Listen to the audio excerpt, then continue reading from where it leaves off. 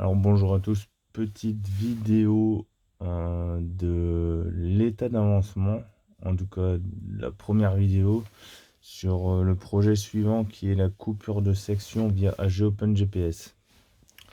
Alors j'ai un boîtier de contrôle ici Muller pour le pulvérisateur. La première étape donc que je viens de finir de réaliser, c'est que j'ai acheté et fabriqué, enfin assemblé en tout cas, le connecteur qui vient ici se mettre sur le boîtier. Je récupère les signaux des sections et de l'interrupteur général sur une petite carte d'optocoupleur qui me permet donc de faire, en tout cas de convertir entre guillemets ces signaux pour les transformer et envoyer l'information à mon contrôleur qui est un ESP32. Bon, pour l'instant j'ai des fils ici qui serviront pour les relais plus tard qui ne sont pas utilisés. Et donc globalement, lorsque une section ou l'interrupteur général fait contact de ce côté-ci, l'autre côté de la carte se met en contact et donc envoie le signal section ouverte ou fermée sur le microcontrôleur, le SP32. Donc la petite démo, c'est que j'ai mon bouton de contrôle de travail général qui en fait en pratique est relié à une vanne de bypass sur le pulvérisateur, et puis j'ai un bouton pour chacune des sections, cette section. Donc là sur le logiciel c'est pareil, on a les 7 sections qui sont simulées. Donc c'est parti, j'appuie sur le général et le logiciel détecte directement et il commence à colorier la pulvérisation, enfin en tout cas la zone de travail sur l'écran. J'ai des petites LED aussi qui s'allument ici directement sur ma carte relais, donc je peux voir en fait en réalité directement l'état d'un optocoupleur. Et ensuite si je coupe une section, bing, ça le détecte directement, ça coupe la section et ça arrête le coloriage.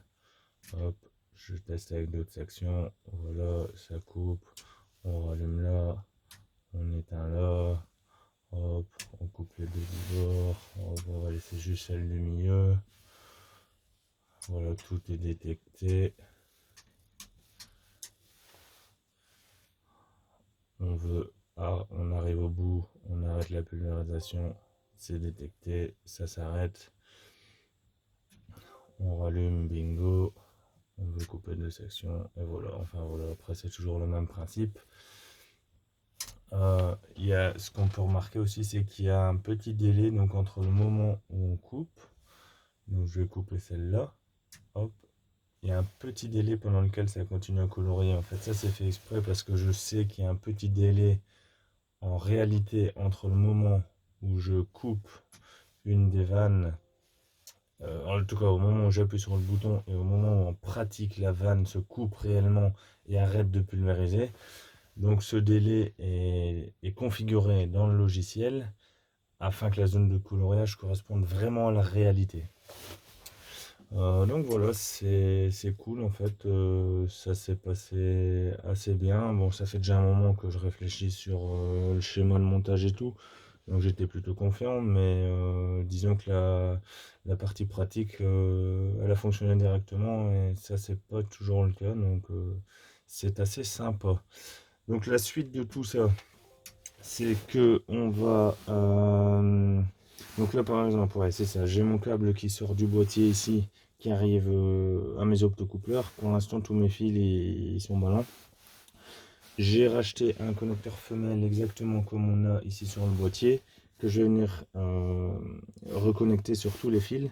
Et en fait donc ce boîtier, tous les autres fils, donc style les fils de capteurs de vitesse,